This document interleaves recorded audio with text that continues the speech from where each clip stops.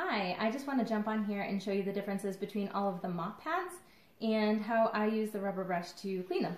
So we're going to start off with the two that come with the standard Superior mop system. So the first one is the dry mop pad. You can see how thick it is. It uses the static electricity just like the dusting mitt to hold on to the dirt and debris. As you use the mop in a figure 8 pattern, you're actually going to collect all the debris right in the front. And then you just kind of Swiffer it over to the, sorry I shouldn't have said Swiffer, but I did. Bring it over to the trash can, and then you can pick it up with a dustpan and broom, or a damp EnviroCloth some people use. This is the tag that they all have, so they're all labeled so you don't have to kind of guess what they are. This is the wet mop pad. This one is like the EnviroCloth for your floor. It's smooth in texture. It's still very thick, but it's smooth in texture. This one contains the back lock, and when my floor is not so dirty, I choose to use this one because I feel like it picks up more of the bacteria off of my floor. And like I said, I just love the fact that it has the back lock in it. So this one is a dry mop pad. This is the chenille mop pad, and this is good if you have lots of debris on your floor, whether it's crumbs or dog hair or leaves, or my husband works outside, so he's constantly bringing in lots of stuff. So I really like this one. This one also uses a static electricity to keep the dirt in the cloth. It just holds more than the flat dry mop pad. And then the last one that I want to talk about is the tile mop pad. And this one is a wet mop pad, and you can see that it has two different textures on it. So this one, this blue one is like a nylon, so it helps to scrub your tile better. And what I like about this is that when my floor is really dirty, it makes really quick work of the floor, so I don't have to sit there and scrub stuff. Now, for the rubber brush, what I love about this is I recently washed this in the washer, but I chose to hang dry it because I was washing my entry mats.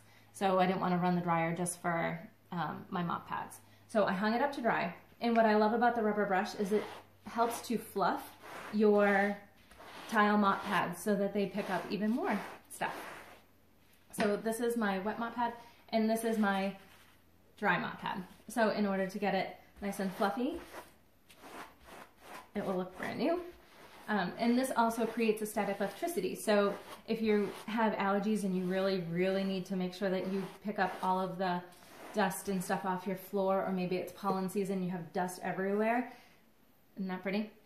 The rubber brush is great at doing that. What I also like is while I'm rinsing my wet mop pads in the sink, I will actually run the water and then use this, and it's great because it almost acts like a squeegee and a brush at the same time to really clean your mop pads really well, because you're not going to wash these every single time you use them. That's the beauty of Norwex. You're just going to rinse, and then I like to fold them, wrap them up in a ball, and then squeeze them really good. You want to make sure that you squeeze out as much water as you can, because when you are squeezing out the water, when you're rinsing any of your Norwex stuff, when you are squeezing it and rinsing it out, all the dirt, bacteria, and other junk that's in your cloth is going to come out. What is left in the cloth, the back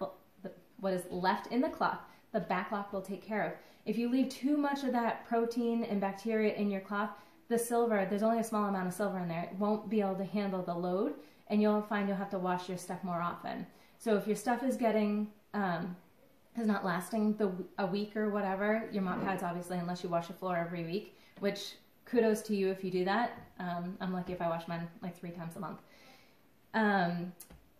Yes, if you do that, then, and you don't rinse them out good enough, then they will start to smell and you're going to have to wash them more often. So that's kind of a cue to you that if, you know, hey, my stuff is getting stinky after 2 days, make sure that you really try to like rub it together, or if you have the rubber brush, you know, really use the rubber brush to get your mop pads clean.